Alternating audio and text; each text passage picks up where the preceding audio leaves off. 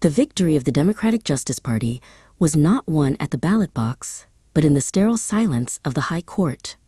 The court-ordered delisting of ghost voters had finally collapsed the Tolomal syndicate's base, leaving only a skeletal remain of the old regime. Above the Capitol, the new banner unfurled, a pristine white lotus flower centered on a field of deep, uncompromising saffron. Elias and Corvus watched from the darkened gallery as the public cheered. To the masses, it was a rebirth. To the men in the shadows, it was the first step in a cold, necessary consolidation. Kedar, the charismatic face of the party, sat in the flickering light of the state library, his hands resting on the great ledger. This book was the record of the purge, containing only the names of the legitimate citizens. Elias stood behind him, a shadow draped in fine silk. "The ledger is clean, Kedar," Elias whispered. "The syndicate's ghosts have been exorcised, but accuracy is a tool for accountants, not rulers. Now that we have purged the illegitimate, we must secure the essentials, the few whose cooperation determines whether the state functions or fails." In the subterranean inner sanctum, Elias and Corvus studied a complex chart of the kingdom's keys to power. They did not see people. They saw resource hubs and leverage points. "A democracy is an expensive burden," Corvus noted, tapping a finger on a map of the grain logistics network. "The more people who think they hold a key, the more treasure we must waste on rewards. To rule efficiently, we must minimize the number of keys. Kedar is our mask of legitimacy, but we are the mechanics of survival." The heavy doors of the sanctum burst open, and Aaron entered. He was the firebrand of the streets, the leader of the interchangeables, the masses who had provided the numbers for the revolution. "The people want blood, Kedar," Aaron shouted, ignoring the shadows where Elias and Corvus sat. "They want the syndicate's heads on pikes. They want a total purge of every official. If you don't give them purity, they will burn the saffron banners as quickly as they raised them." Kedar looked to the shadows, his face a mask of uncertainty. Later, Elias met Aaron in a cold, echoing stone corridor. The puppeteer's voice was as smooth and dangerous as polished glass.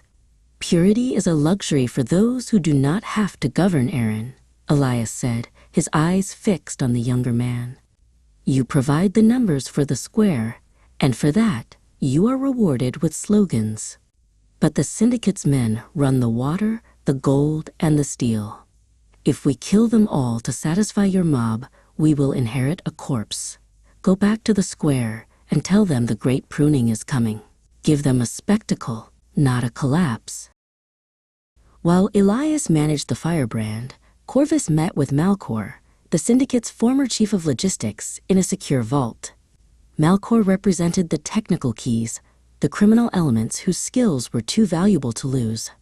"The DJP needs my networks to keep the market stable," Malcor said, sliding a ledger of hidden offshore accounts across the table. "And I need a future. Purity is for the voters. I offer you pragmatism, the silent machinery of the state." Corvus accepted the ledger with a nod. The rot was not to be destroyed, it was to be integrated. Elias and Corvus reconvened to finalize the list of the essentials.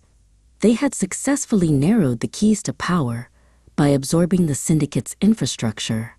"We have the gold from Malcor and the internal security forces from the old regime," Elias observed, marking the parchment. "Now we must address the dilemma of Aaron. He believes the saffron lotus represents a new morality. A leader who demands purity is a threat to a regime built on the cold mechanics of survival. He is a key that has become a liability." The great culling arrived. In the central plaza, Kedar stood on a high dais with Aaron, presiding over the execution of the most visible syndicate lords.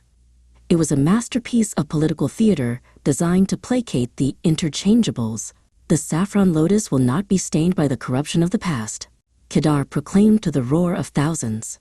Aaron watched with grim satisfaction, believing the revolution had won. He did not realize that while the inessentials were being sacrificed in the light, the true criminals were being sworn in through the back door.